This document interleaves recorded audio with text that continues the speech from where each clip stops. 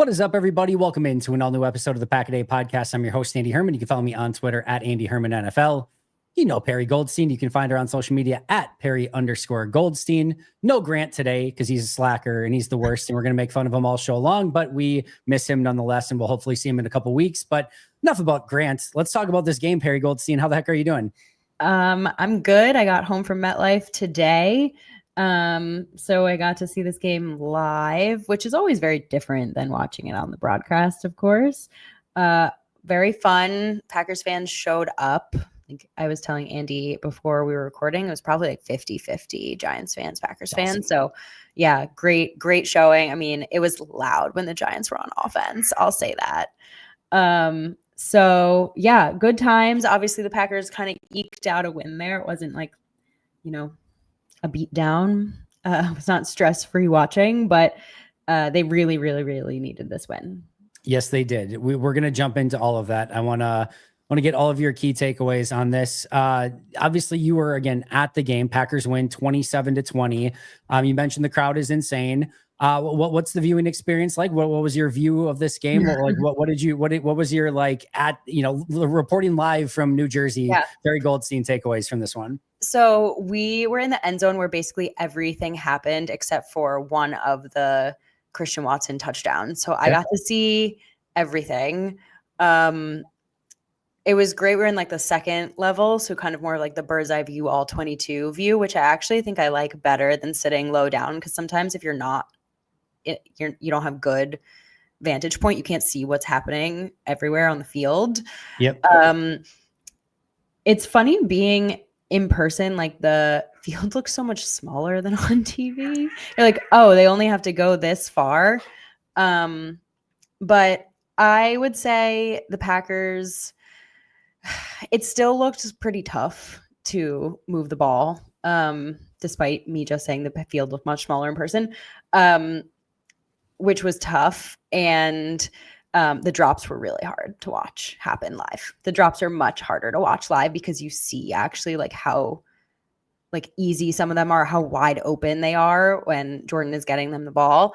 Yep. The other thing I will say that was really crazy is obviously like I am seeing things prior to them being announced and tweeted out. So I was texting Maggie, Pax What She Said co-host, and I was like, oh my God, Jordan is running to the locker room right now. And she was like, what are you talking about? And no one had announced it yet, like on Twitter or anything. And she's like, oh my God, she's like, you're even ahead of the broadcast, even though I was on the other side, but we could see him like running around. So there's definitely a little bit of that where you can like see guys go in the medical tent before anyone else knows. Obviously everything gets reported very fast. So yeah, those are the only things you get. There was a little bit of at least on my end, I don't know if it was for everyone, but there was like a slight delay in notifications on Twitter today, which worked out perfect because usually they'll like Schneidman or Wes Hott or somebody will tweet something and then it happens and you're like, well, got that one spoiled. But yeah, so the slight Twitter delay was helpful, but yeah, I definitely saw a couple of those come through throughout the game, and Love's injury was certainly one of them. The interesting thing was, he got hit, at least as I saw it, he got hit along the sidelines. And then it seemed like he was going to get up and go play. But right as he got hit is when the tweets started coming in of like, he's going in the blue tent. And then eventually he's going in the locker room and things like that. Gritty performance from Jordan. We're going to talk about that quite a bit. One thing I do want to mention, Packers, of course, moved to 6-3-1 on the season. As of recording this, we're still very early on in the Eagles-Lions game. So as of right now, without a determination in that game, the Packers are third in the NFC North, seventh in the NFC, pending the Lions game. If the Lions win, that stays the same. If the Lions lose, they would go to second in the NFC North and sixth in the NFC. So we'll definitely be kind of keeping an eye on that through the course of the night. And of course, you guys are in the future listening to this and already know that result, but just a heads up on that. A couple key takeaways for me in this game. Number one, listen, this team just needed a win, right? Like, style points were a little bit out of the window at this point in time, where it's just like they just needed. It's kind of like a shooter that's going through the slump and you just need to see a basket go through the hoop. Doesn't matter if it's a layup, doesn't matter if it's a free throw. They just need to see that first ball go through the hoop. And then hopefully that's a sign of things to come and they can get a little bit hot after that. It felt like that's what they needed in this game. That being said, Carrington Valentine dropped interception. Luke Musgrave fumble out of bounds. Romeo Dobbs drop on third down. Carrington Valentine dropped interception, well, at least hit sticked by, his own teammate, Isaiah McDuffie, while trying to make an interception. No, sorry, that was the Bullard one later. My apologies. CV dropped pick. Fitzpatrick drop. Rasheed Walker holding penalty, missed extra point, holding penalty on a punt return. Romeo Dobbs dropped. Dontavian Wicks drop. Edrin Cooper missed tackle on a 3rd and 15 that resulted in a first down. Jameis Winston somehow quarterback sneaks for 10 yards. He gets 10 yards on a stumbling quarterback sneak. McDuffie has a pass interference penalty. You have a bad snap that results in Jordan trying to recover and do something. He does something. He gets it to Musgrave, and Musgrave immediately vomits the ball. Looks like it's going to be a fumble. Ends up being a drop. Thankfully, only a drop. That's a major put a pin in it point in that game. Missed extra point. Watson drop on third down. Bullard McDuffie drop pick where they collide on the play. Nixon dropped pick. Face mask on Colby Wooden. Romeo Dobbs drop. Josh Wiley hold. And then you kick it into the end zone at the end of the game to give them the ball at the 35-yard line when they need to go the length of the field to score a touchdown. Other than that, things were pretty perfect, though. What's your point, Andy? Yeah, my point is that key takeaways list everything the Packers did wrong. List everything the Packers did wrong for a 45-minute segment that we call "Here's Today's Packers Mistakes." That is a nightmare of just. I don't want to call it necessarily ineptitude, but just, again, the same sort of stupid mistakes. It was like a clown car of a game. Yakety Sax could have been playing through the entirety of the backdrop, and like all of these things happening would have felt maybe a little bit more normal. But thankfully they overcame it all. But so many of these are on themselves. Like they just simple stuff. If you just catch the ball and, even just that, like screw all of the other stuff. If you just catch the ball on both offense and defense, this is like a 40 to 13 game, like a 40 to 13 game just by catching alone, just by catching. I think so. I gave my recap of being there in person, but my key takeaways are like, you got to get the jugs machine out this week at practice. Like that's all, because you said it, but there was 4 dropped interceptions, and I'm not talking like, oh, maybe if someone had made a play. No, Jameis threw the ball at the Packers defenders and they did not catch the balls. Like, luckily, it was Evan Williams on the last one, right? Grabbed number 5. And it was just really hard to watch. And I mentioned it briefly, but like watching the receivers drop the balls was really, really tough live, especially like Romeo was wide ass open on a few of those. Some of them are tough. Like some of them are Jordan, like, throwing it up there for Christian, for example, although Christian had an excellent game. So I'm putting him on the hot seat, unfortunately, because it's just the one I'm thinking of. But there was a deep ball, right, that he could have probably come down with, and he just didn't. And that's going to happen. But like some of the Luke Musgrave drops, like, your literal only job is to catch the ball. Like, that's it. Block and catch the ball. Like that is it. And I have a lot to say about Luke Musgrave, actually. I don't know if we'll talk. We'll get to this. We'll get that. To your point, like, yeah, you're going to get a few penalties. That's going to happen. It's a football game. Like, at this point, I don't expect anything remotely like close to brilliance, if average, from special teams. But to not catch balls, that's just like, I don't know. I find that really unacceptable at any point in the season, but especially in week 11. Yeah. And that's, to me, when I list off the mistakes, it would be, it's like, I don't know, it's like 4 weeks feels like worth of mistakes in a single week. If it's like week 1, you didn't play your guys a lot in preseason and you come out a little bit rusty in week 1. Okay. If this is a team that's really buttoned up, and this is like a one-off, or this is like the first time that this has happened, it's like, okay, it sucks and it's stupid, but at least it's a one-off. But we're seeing so many of these things. And to be fair, and to the people who have been critical of Matt and this team, we've seen these things going back, further than just this year as well. So to see a lot of this stuff continue to rear its ugly head over and over, and just not being able to get out of their own damn way, that, again, I'm happy they got the win. It's not to, say anything besides that, other than the fact that, yes, there's still a lot of these same mistakes that are happening. And if this is a lot of teams outside of the New York Giants, they don't get away with those mistakes in this game. Exactly. Also, like, these mistakes are important despite a win, because if you keep doing them, you're not going to win. You're Correct. going to lose if you continue playing like this. The Giants like almost also took this one away from them. Like it was close. Like this was not like, oh, but the Packers ended up beating them down anyway, despite all of this. Like that is not true. The Giants were moving the ball against them like very easily. It looked like they could do whatever they wanted, and they just happened to not be a very good football team. And so they were going to make mistakes of their own. And like, that's why the Packers won. Yeah.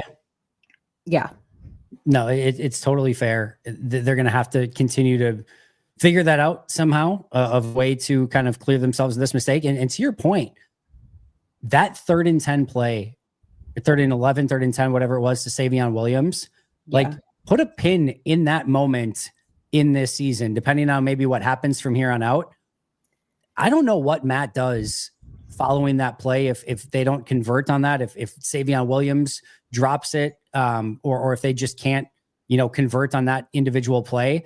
I don't know what his play call is. Like they're not in field goal range in that situation at all. Couldn't have kicked either. The wind was crazy. No, for sure. So that one, it was 5:56 left in the 4th quarter, 3rd and 10 on their own 47, and they convert a 33-yard pass. You probably have to punt away there. Yeah. Down by a point. And I guess kind of hope and pray that your defense can get you the ball back. And then even if you get it back, let's say the defense gets it back and there's like a 2-minute drill or whatever, you cannot trust your field goal unit. So like you have to be, even if you get the ball back and you're down 1, you might as well be down by 6 because you need, or at least 5, you need the touchdown in order to probably take the lead, or at least have any faith that you're actually going to score on the drive, because you can't trust the kicking situation. Yeah. So I cannot stress how insane that play was, how important that play was. And then of course the very next play, they get a 10-yard holding penalty, by the way. Exactly. But I will say a lot of people messaged me or like friends texted me being like, is the wind really that bad? Because I guess the broadcast was like going nuts about the wind. Yes.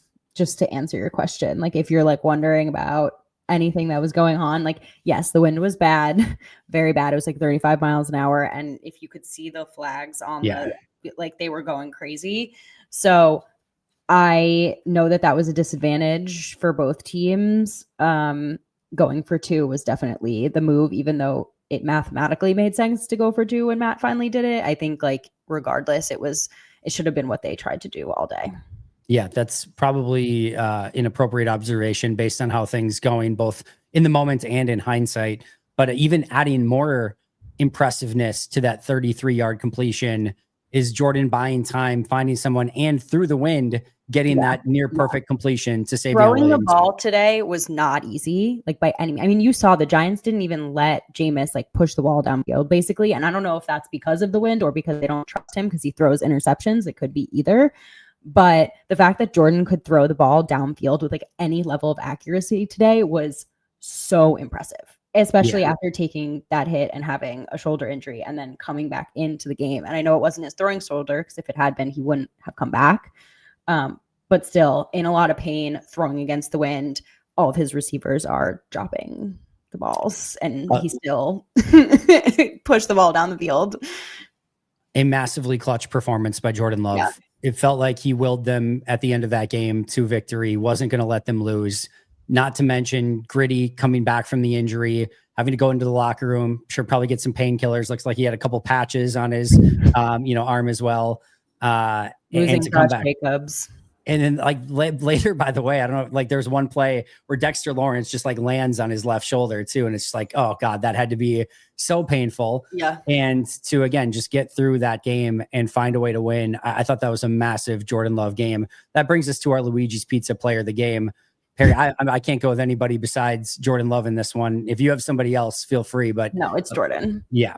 This is one where if you're just looking at box scores, and if you're just looking at stats, Jordan Love's not going to be up, I don't think, for the air and ground player of the week or the NFC player of the week or any of those. 13 of 24, 174 yards, 2 touchdowns, no picks, still a 105.2 passer rating, 7 drops on the day by the offense. And he was pinpoint. He was accurate. Another one of those incompletions outside of the 7 drops was a play he had to throw it away because there was immediate pressure right up in his face. tried to buy time as much as he could and then just had to chuck it out of bounds. That is insane. I mean, arguably probably would have been like what would take the throwaway away in the 7 drops. You're looking at like 20 of 23, something in that range. Yeah, and he throws for another 100 yards. 100 yards, 275, maybe 3 touchdowns, no picks. Like it would have been a near picture perfect performance in the wind, battling a sore shoulder, and just again coming up completely clutch when they needed him most. Honestly, like again, box score be damned.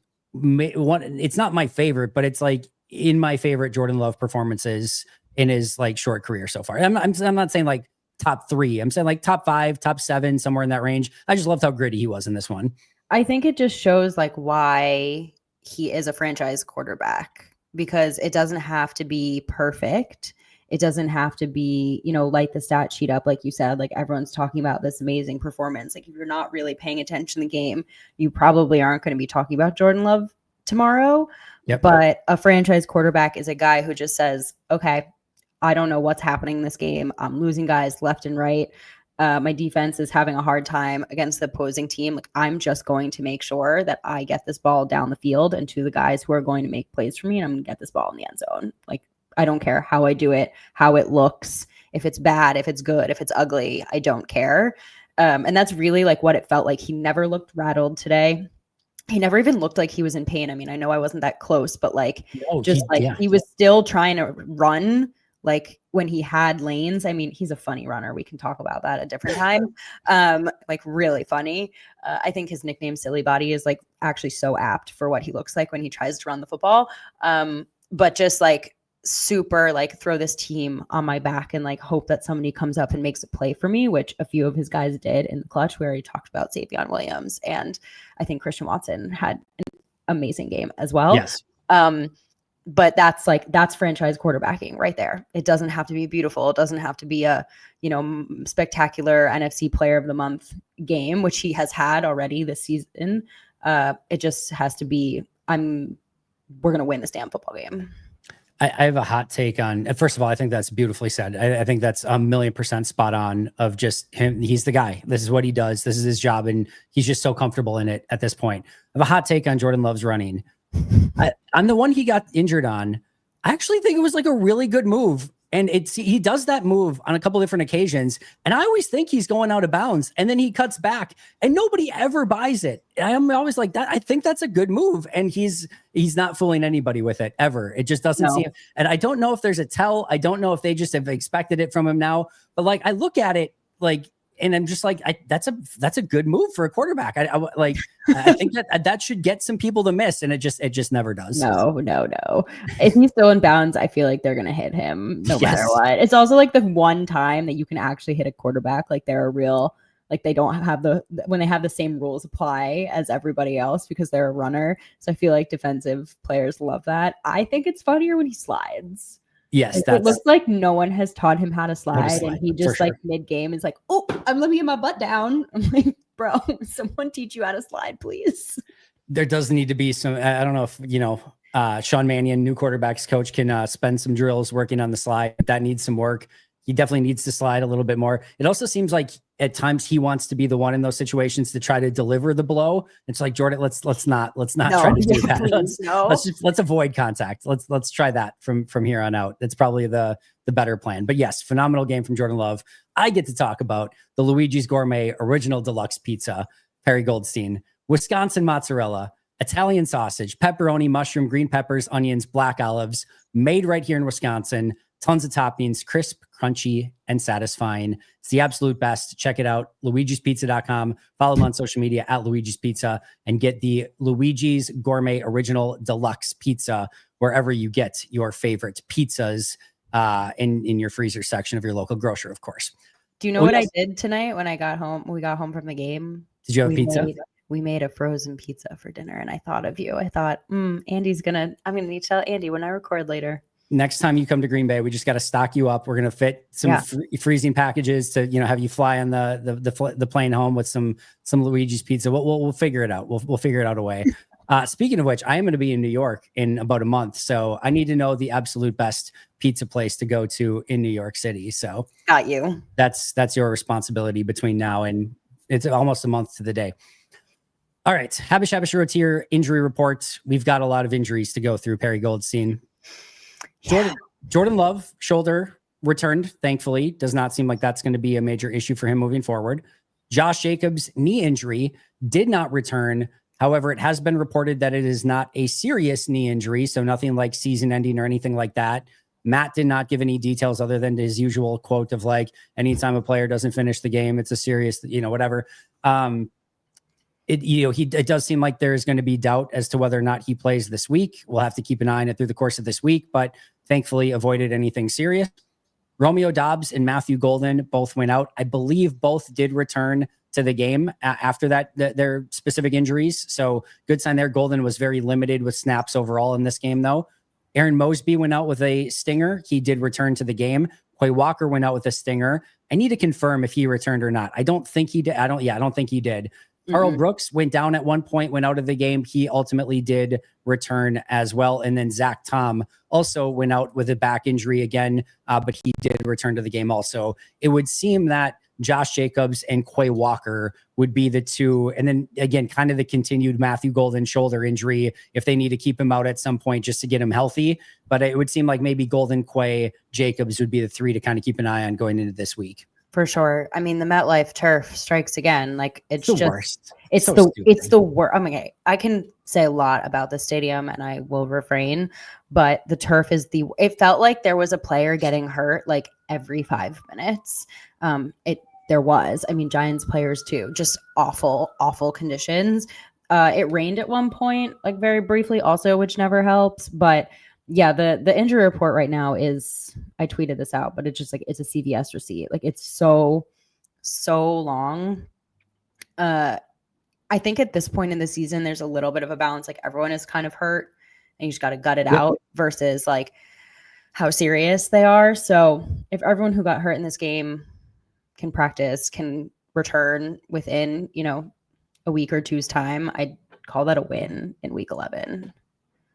I'm right there with you. Again, the Jacobs one, I think, is probably the big one to keep an eye on and just how long that's going to take to kind of get better. But that would be a tough one to lose for any period of time. Josh Jacobs is obviously a key part of this team. Maybe this is what it needs to recognize to like, hey, this is Jordan's team. You got to let him cook. It did feel like they kind of let him cook a little bit in the second half, a little bit more, and he did awesome. So, yeah. I still want Josh Jacobs though. Yeah, you do. You definitely want Josh Jacobs. I did, of course, 1,000,000%. I thought it was interesting. You actually tell me what you think of this. Because when Josh Jacobs go out, you're like, oh, great. Now we're going to have 0 run game. We had a little bit of one, but now we have 0.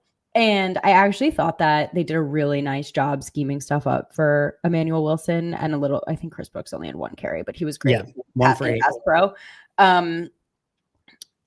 It felt like, and maybe this was just one of those things that looked different on the broadcast than live, but it felt like the run game didn't really skip a beat. And again, I can't tell if that's because it didn't or because the run game just hasn't been that good.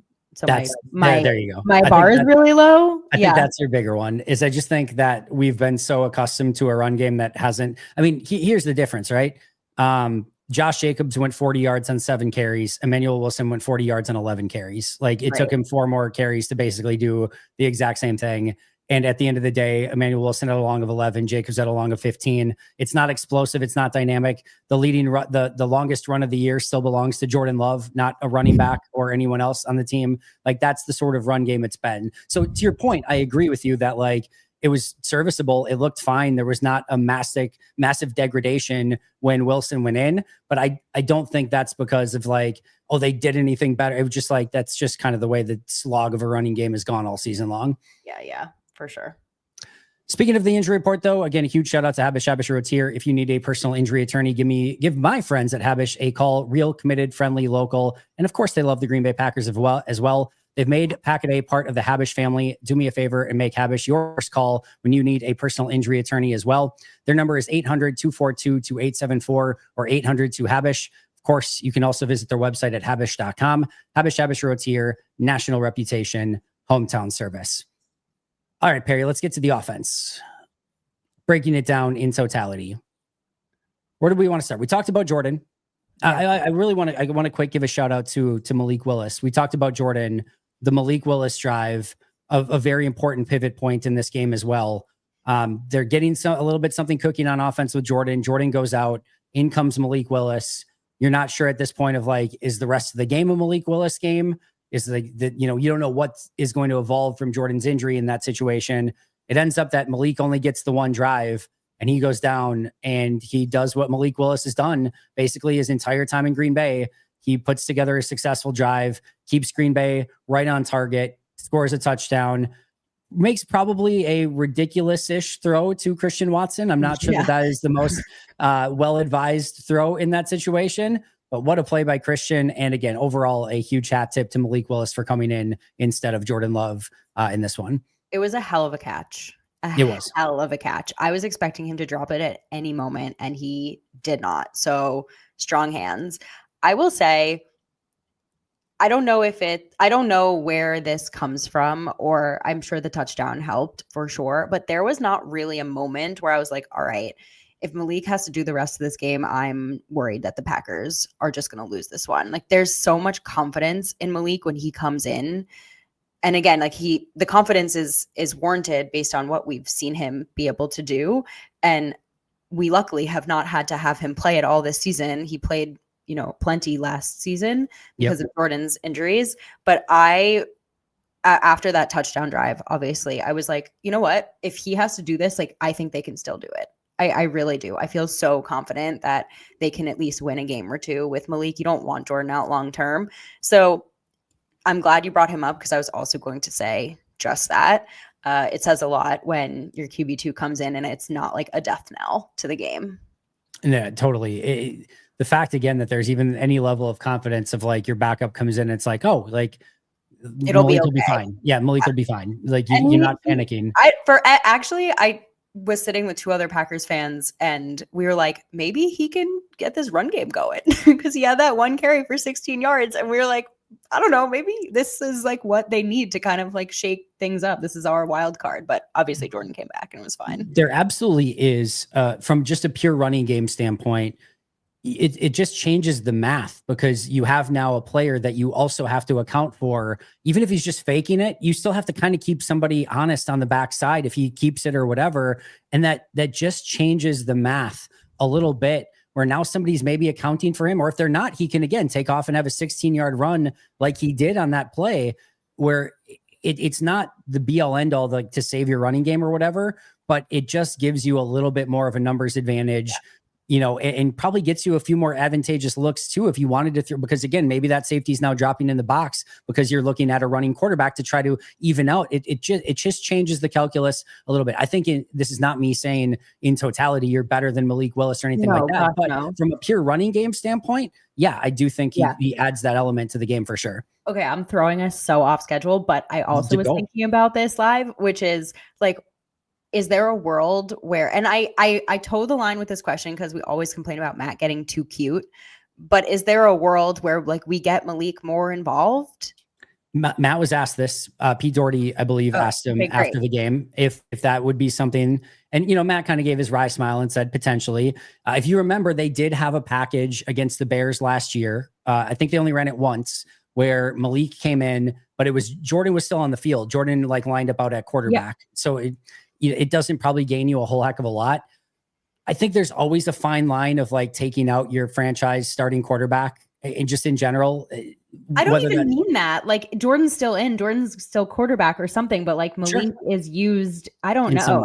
In some way. Yeah. Yes. I definitely am not going to advocate for Jordan being taken out of the game unless he absolutely needs to be. But just like to your point around, like he's such an interesting wild card. Of any quarterback that you could potentially do that to, just gut feel says like Jordan. If you talk to Jordan and said like, hey, we've got two plays that we want to get to with Malik at quarterback for a run situation, it's just going to be it's you handing off, or it's just you're not going to throw the ball in this situation anyway. Do you mind if we run two plays with Malik? I would be pretty willing to bet you that Jordan would be like, yeah, no, that's no problem at all. I know I'm the guy. I'm not threatened by Malik Willis running two plays as a wildcat quarterback or whatever. Like, yeah, I think you could probably do that.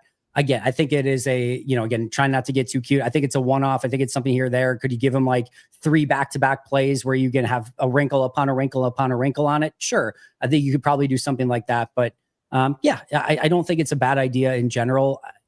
I want Jordan on the field as much as possible, but he is a unique player that, hey, if your offense is just like, go back to Philly.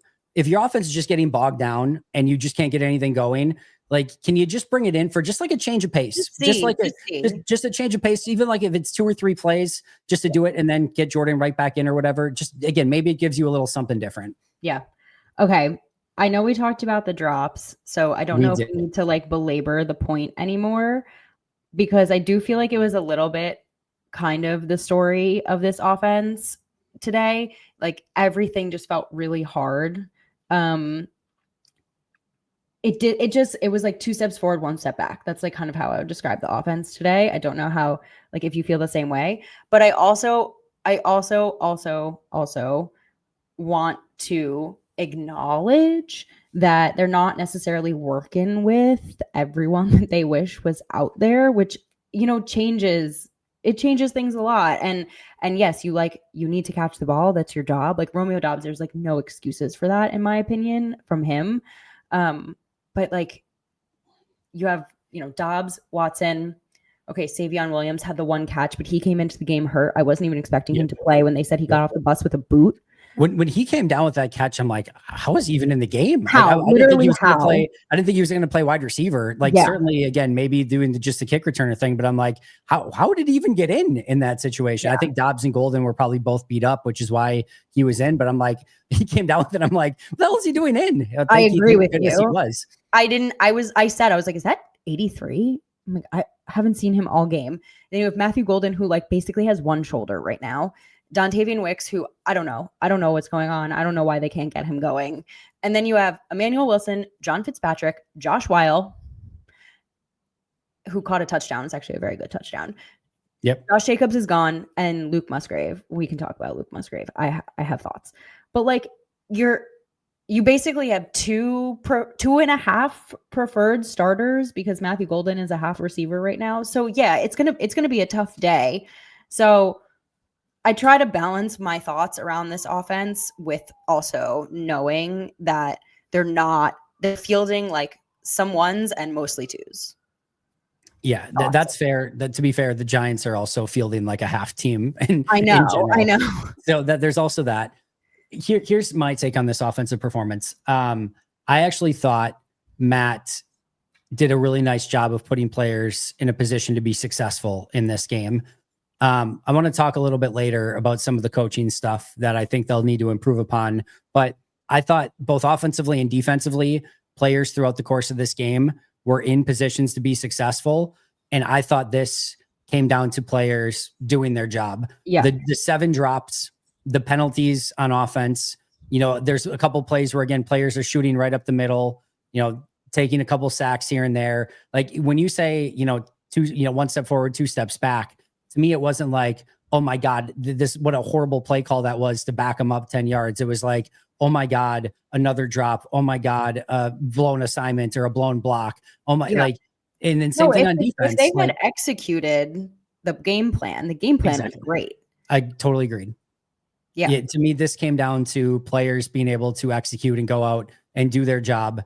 And to me, we've talked about some of the stuff that's been frustrating with Matt. I think you can look at the Philly game, the Carolina game, and you can look at it and say that there's a lot I didn't like about some of the play design, the play calling, all of it. This one to me was a little bit more about, guys got to go out and just make plays that are out there for them. And if they do that, that game looks a whole hell of a lot different. I completely agree with you. I also want to say one more thing about this offense, because we give them a lot of heat when they don't look good. And I just want to say, at least from the live, the offensive line looked really good today. Like I was going to ask you about that.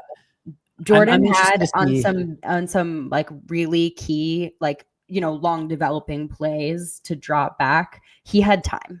Like he had time. Yes, they were not perfect. The Giants have Brian Burns and Dexter Lawrence. Like they're going to get pressure. But as far as performances across this season, I thought they really improved upon the last 2. Yeah, a couple moments like you said here or there, but I thought in some key moments they also came up big with pass protection. Shout out to Chris Brooks, who had a couple really amazing blocks in this game as well.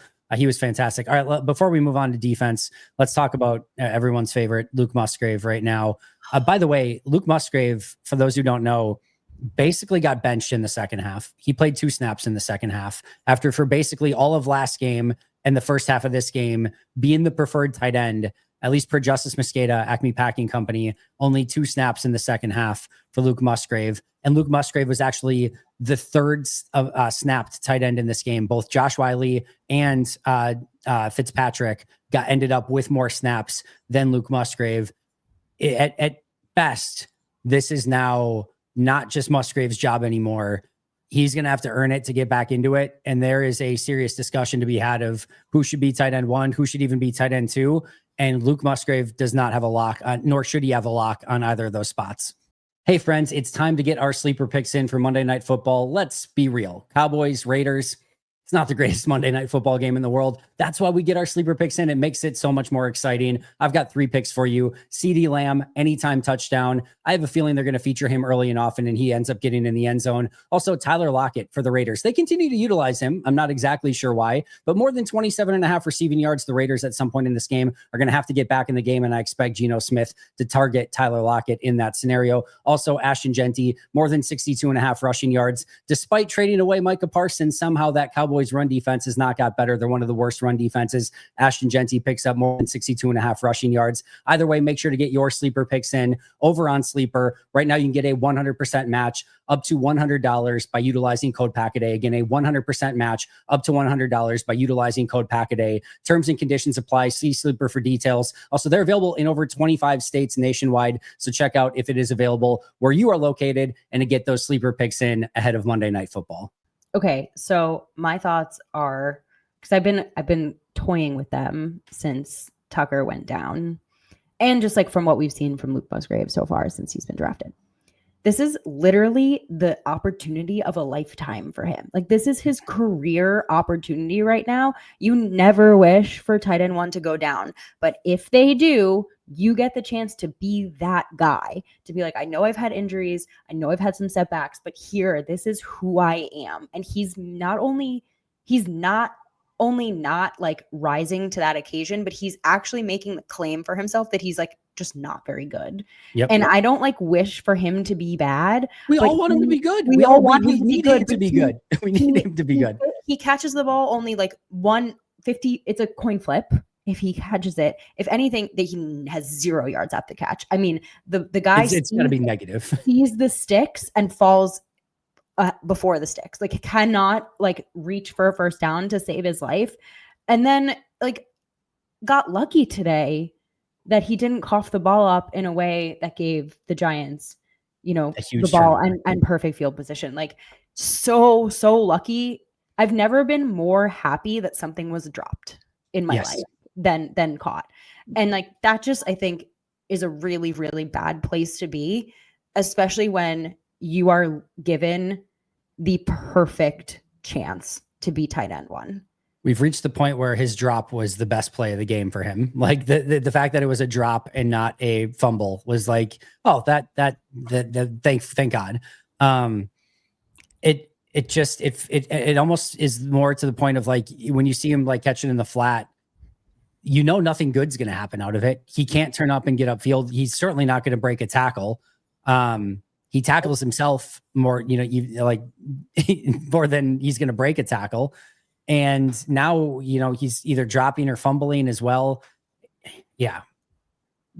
It's a major disappointment. Second round pick, all the height, weight, speed stuff that I'm hesitant to say talent, because talent is taking that height, weight, speed, and all the traits and being able to put it together and actually be a good raw NFL player. Athletic ability. Yes. That they hope would turn into something, and it hasn't. It just has not at all. And not only that, rookie season, Luke Musgrave was like a solid, serviceable tight end, and it has gone downhill. Yeah, that's what I completely agree with you. Like, he's like it's like the more he plays, the less you want him to play.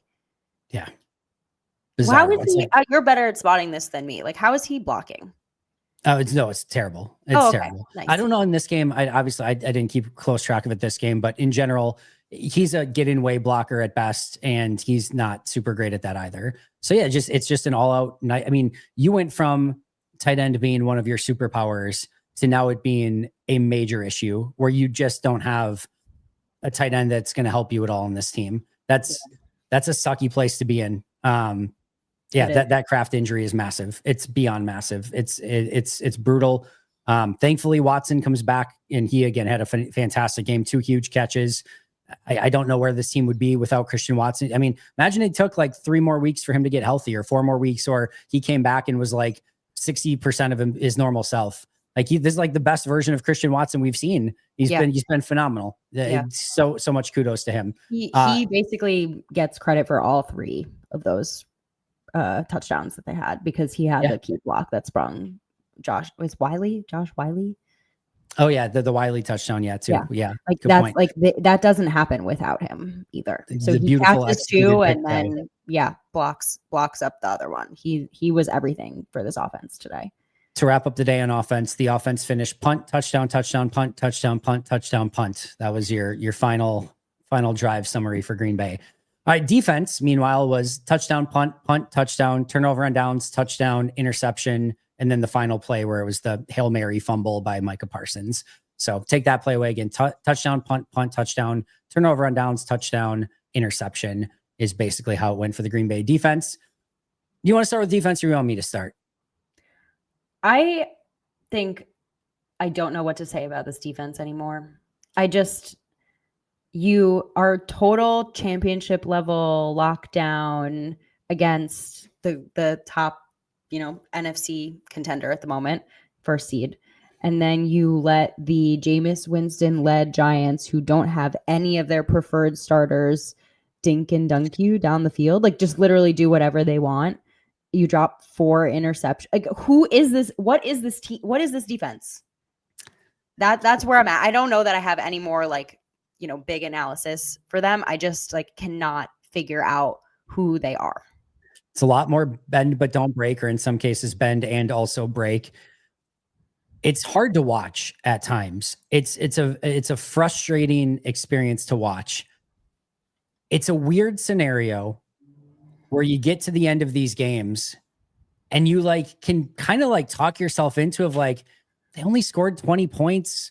Jameis Winston had 201 yards passing, no touchdowns and an interception. Okay, that's acceptable. They averaged 3.7 yards per carry on the ground. Okay, that's acceptable. You had 2 turnovers, 2 sacks.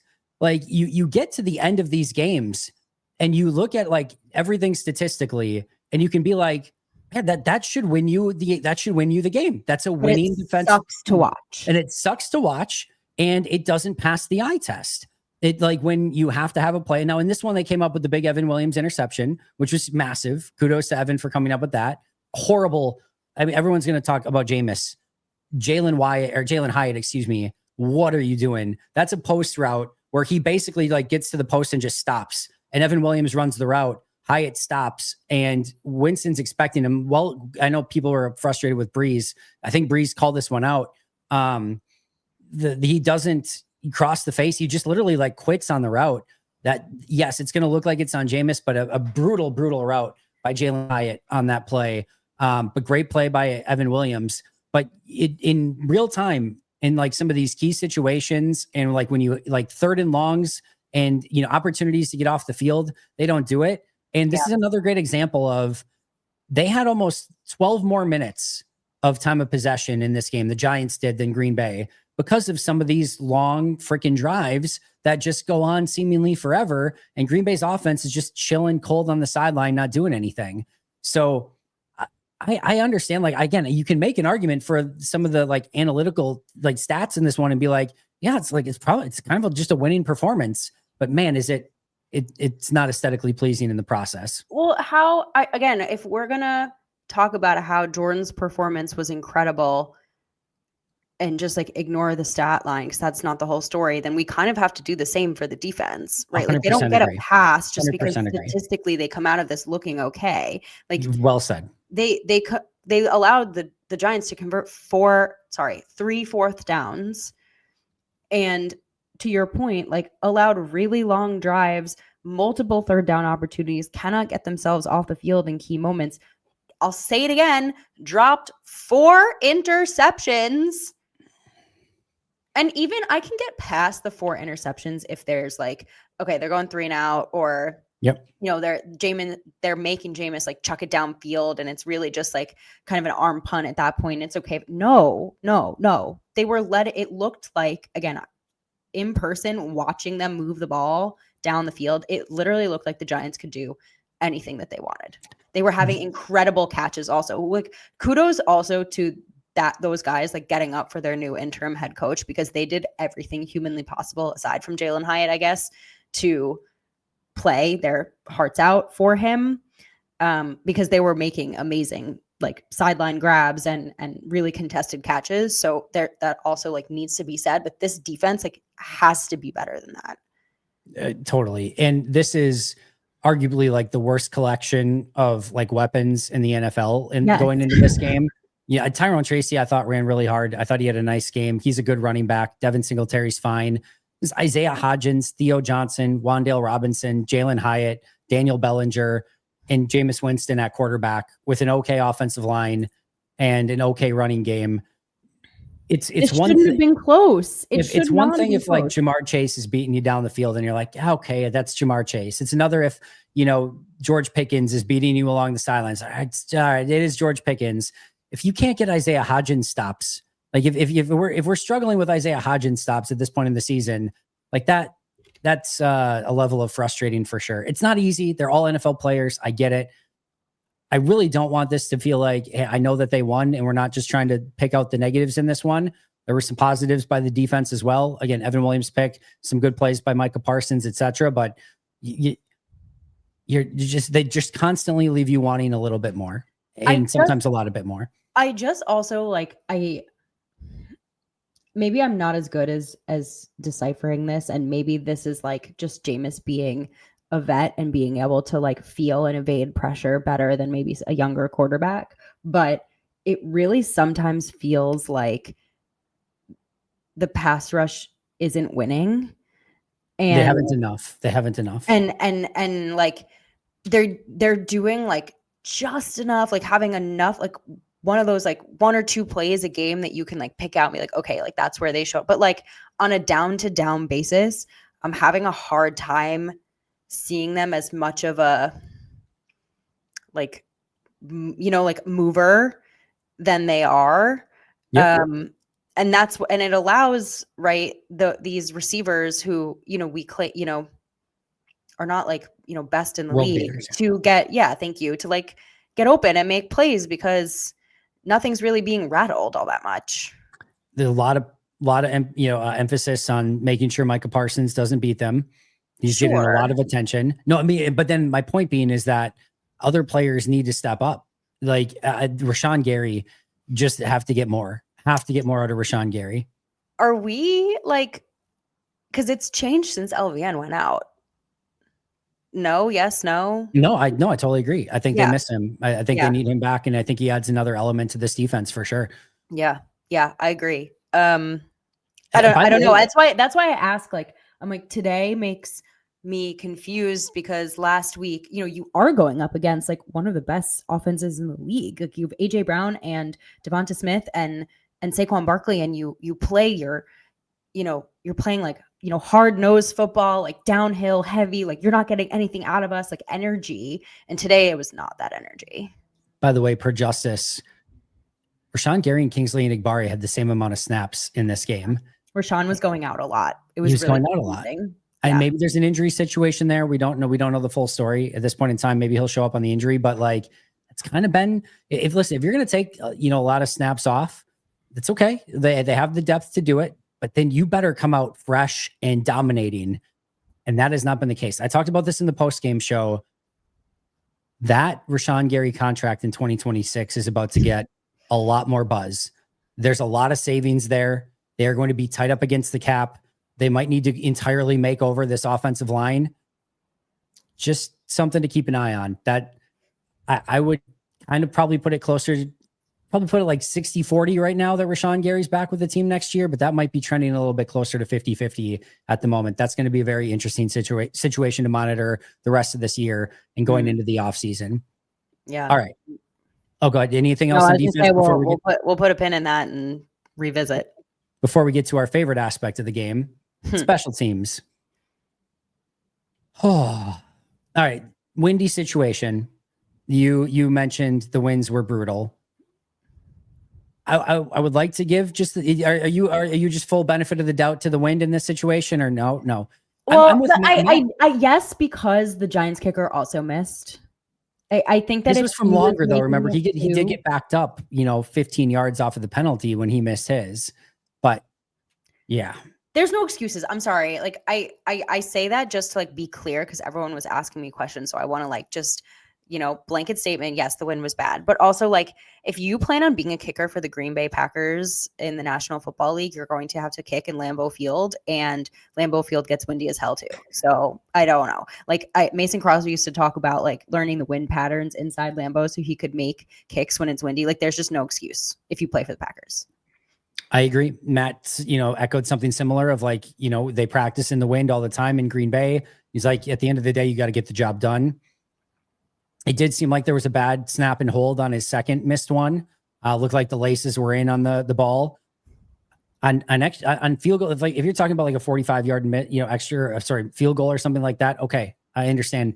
And I understand extra points aren't like the 1 yard line extra points or 3 yard line, whatever it was before extra points, but like you got to make extra points. I don't care what the wind said. I mean, unless it's one of those Chicago days where like you see it going right through and then at the very end, it just goes like this was not that. This thing swung immediately off his foot. Rough day for Lucas Havrisik. And like the other thing too is like you a lot of times see, I know that they had to like hold the ball off the tee, but like kicking on the kickoffs, it wasn't like, again, it was like swinging or aggressively. I don't know. It just felt like it needed to be better. I get that it's not ideal conditions. You can't miss 2 extra points, and it could have been extremely costly for Green Bay. Yeah. Yeah. I mean, if they miss going for 2 on, they put themselves in a very hard position at the end of the game. It's those points add up. We've seen it and talked about in every game this season. When Brandon McManus misses, when Lucas Havrisik misses, it doesn't really matter. You see how important those games are because unfortunately right now, Packers offense they're playing really close games. They're not blowing guys out of the water. They're not coming away with, three touchdown leads. Like they need those points and they need their kicker to just like you're like, don't drop the ball so that we get more yards. Don't miss kicks. We need those points. They're not frivolous. Speaking of like injuries, I know he didn't get hurt in this game, but obviously now Brandon McManus will be a key injury to kind of keep an eye on moving forward as well. Either way, this kicking situation, not ideal throughout the course of the season. Again, for like they've done a better job in replacing Hall of Fame quarterbacks than they have at replacing Mason freaking Crosby, which is really a remarkable thing to say. Really good day from Daniel Whalen, by the way, though. I thought he was good. Holding penalty on special teams, missed extra points, couple things here and there, but I thought Whalen had a good game overall. Yeah. I don't want to talk about special teams anymore. Some other miscellaneous notes, inactives for this game: Brandon McManus, Malik Heath, Nate Hobbs, Donovan Jennings, and Lucas Van Ness. Lucas Van Ness was obviously not able to go. He was questionable going in. Matt LaFleur did get asked about the Malik Heath situation, punted on it, said that they're going to keep it internally, and didn't have a comment on it. So we did not learn anything more. Although, again, I would assume that does indicate too that it's a disciplinary situation. But again, Matt did not answer any questions on it. We talked about Musgrave being benched. I think those are all my miscellaneous notes. I talked about the coaching, and I thought that the coaches in this game did a really good job of putting the players in position to be successful. I thought, again, defensively, you had your opportunity to get 5 interceptions in this game. Like that's kind of job done by Jeff Affley. Catch the damn ball. I thought offensively, they were, again, in situations to put up points, to extend drives, to keep the ball moving, and 7 drops and 2 sacks and multiple penalties stalled you out on numerous occasions, despite Jordan and Malik Willis playing fantastic throughout the course of the game at quarterback. What I will say, or what I think is a fair question to ask is,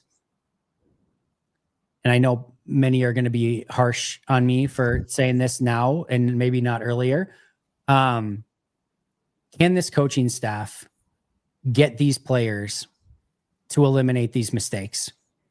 We have been watching it now for a pretty extended period of time that the answer would seemingly be, I don't know. I don't think so. Because we've seen this stuff happen so often, whether it be drops, penalties, self-inflicted wounds, etc. I think it's a fair question to ask. Mhm. I'm hopeful that this coaching staff can figure it out and get this group of players to play at the level that they need to. But I don't know if there needs to be a greater level of accountability.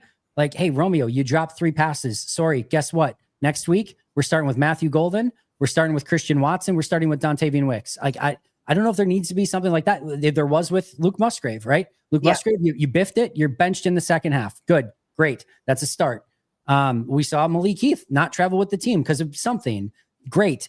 I don't know what that next thing is, but clearly the message is not getting across to the players of, if you make these mistakes. We hear all the time about the benefit of competition, because competition is going to push these players to be the best they can, because if they screw up, then the player behind them is going to get the opportunity. Okay, it doesn't seem to be working that way. So either really live up to that and start putting those other players in, or you're going to have to figure out a different level of accountability, because right now these players don't seem afraid enough, or I don't know if they just need better confidence. I don't know what it is, but I'm losing confidence that this team can fix some of these simple mistakes that have happened now over and over and over and over again.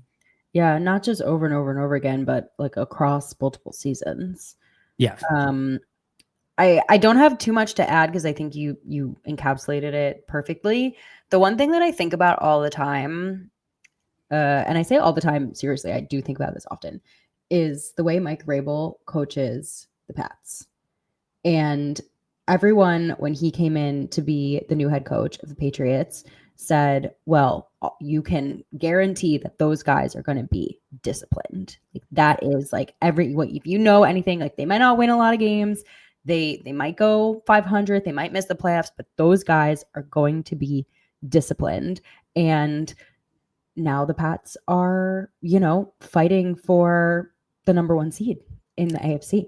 And I don't know if there's a correlation necessarily between the two. I think there's a lot of factors here, and I'm not just like making a 1-to-1, because obviously Drake May is having a wonderful season and that team is just playing out of their mind. But I do think there's something to be said for disciplined football being your foundation.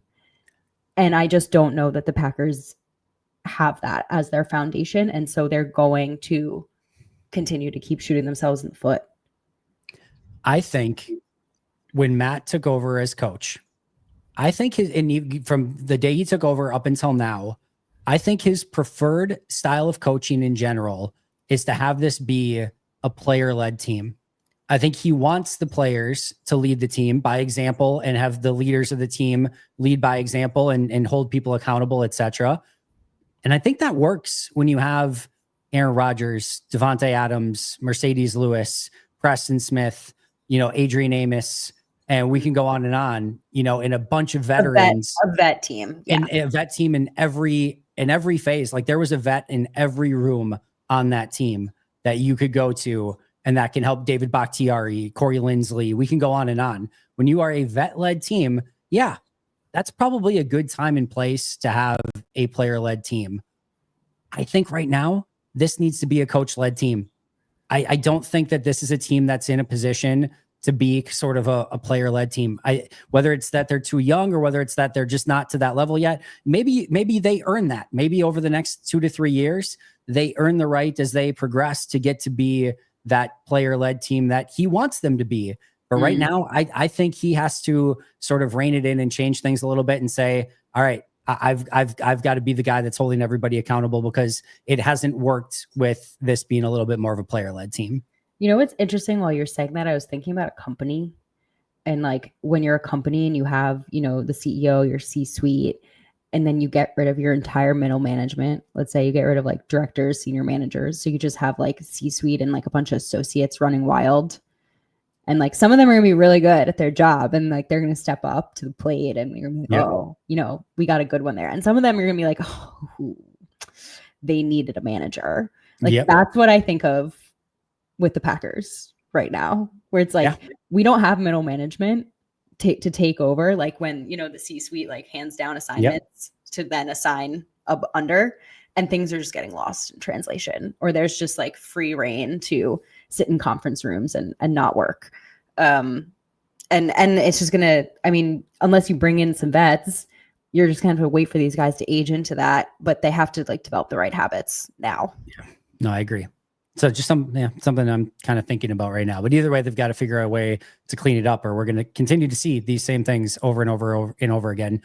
All right, as far as where the Packers stand, Bills beat the Buccaneers on Sunday. That's a big loss for Tampa in the NFC, although they still control their destiny in the NFC South. Bears beat the Vikings on a last-second kick. Big loss for Minnesota. Pretty much ends their, almost any hopes that they have. They still have time left, but it's going to be very difficult for them. Huge win for Chicago, who, depending on what happens in this Lions game, could be on top of the NFC North by the end of this week. As we are recording right now, they are on top. It would take a Lions win against Philly to bump them off.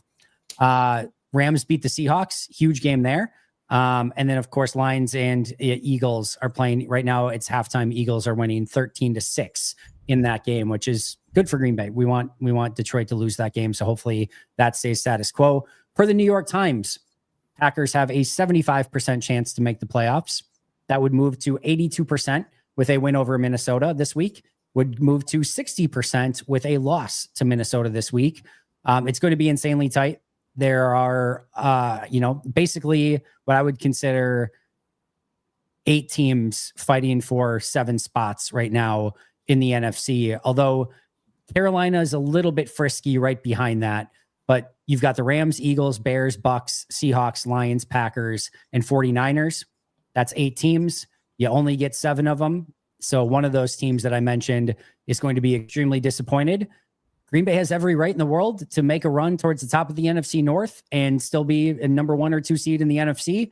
And they have every right to be that 8th team out of the playoffs, depending on how they play the rest of the way. So It's going to be very interesting. Those games in the NFC especially are going to be extremely important.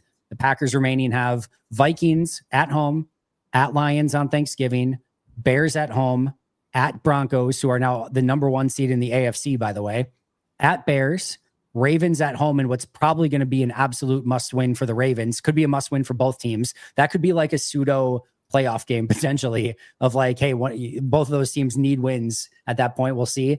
And then at Vikings, which I have a feeling is going to be basically an exhibition game for the Vikings. I don't think they're going to have anything to play for, but would probably love nothing more than in Minnesota with nothing else to play for than to spoil Green Bay's season and to try to kick them out of the playoffs if that were the situation. So a very interesting slate of games remaining for Green Bay. Yeah, it's an interesting back half of the season because it's heavy on division games, which just I feel like have double the weight of even, not obviously when you play the AFC, but even if you play like other NFC contenders like the Eagles or the Rams or anything like that. So really important, especially now that the NFC North is so crowded still with the Bears and obviously the Lions being in it. I don't know. This is just, we're going to know very quickly in the next 2-3 weeks what this Packers team is made of, and if they're made of, the grit to go down the stretch, or if they're going to end up kind of crashing and burning this season. It feels like 2-1 at minimum over those next 3 games. All in the NFC North, Vikings, Lions, Bears in the next 3 weeks. Minimum 2-1. Feels like the bar there. 2-1, you're probably still progressing towards the playoffs, and in all likelihood that would include wins over the Vikings and the Bears, and probably a loss to the Lions on Thanksgiving would be your guess. They've done nothing likelihood this season. The bizarro thing is, like, if you were choosing the loss, you'd actually choose the loss to be to the Vikings and then going and beating the Lions and Bears, which is a weird thing to say, but that would be your preference. But either way, win 2 of 3 and you're probably in this thing. Win 1 of 3 and you're really behind the 8 ball, and go 3-0 and you feel really good about things. Well, like you said, we'll see where they are. Meanwhile, Packers Vikings, noon home game on Sunday, 6.5 point favorites for Green Bay opening in this game. Vikings lose to the Bears.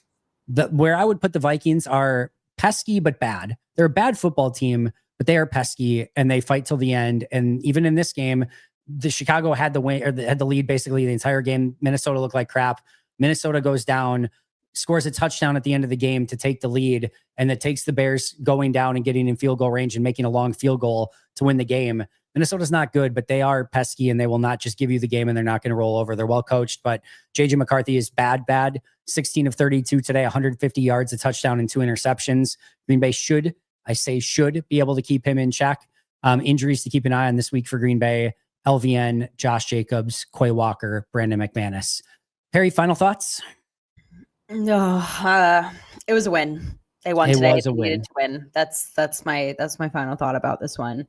I try to keep the mindset of like mid-regular season. You win ugly, you win pretty. It doesn't necessarily really matter. I would just like to see a few more pretty wins, please. Yeah, I'm again towards the beginning of the season. You get a 7-point win like those Bengals games. It's like, yeah, that's frustrating. It's the beginning of the season. They're still trying to feel themselves out, whatever. You get to week 11, it's like, all right, let's grow up. Let's grow up a little bit. But I do want to go back to, I know that this was us calling out a lot of things that didn't go maybe the way that we wanted today. I think it's fair to point those things out. I want to go back to the onset and what you just said. They needed a win. It just felt like, again, they needed a layup to go through the hoop to hopefully get a little bit of momentum.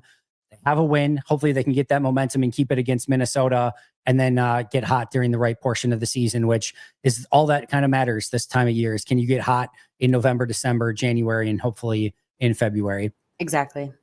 Perri, I cannot thank you enough for all of your wonderful insights. Where can we find all of your incredible work and anything you want to plug on the way out? Yeah, just follow me on socials at Perri_Goldstein. You can follow the podcast at PWSS Podcast on Twitter, Blue Sky, and of course YouTube. Pax What She Said. Maggie and I are going to have our usual rundown. A few fun guests coming up, actually.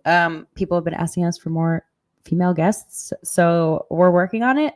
And Did you just have Mina Kimes not too long ago? That seems like a pretty good female guest. We did. Thank you for plugging that episode. It was great. Yes. A little outdated now, but if you want to go listen to it, it's always worth going and listening to Mina for sure. But yeah, just follow us on socials and on YouTube. Yeah, go check them out. Pax What She Said is the absolute best. Follow her at Perri_Goldstein. I have a bone to pick with holiday decorations before Thanksgiving, but I'll let you off the hook a little bit, I guess. Day after Thanksgiving to New Year's Day. That's my window. That's over a month. That's over a month. You don't need more than a month. We were feeling rather festive this weekend and decided to just put it up. Good for you. Go follow her at Perri_Goldstein. You can find me at Andy Herman NFL. That's going to do it for us today. But until next time, and as always, go Paco. Go Paco.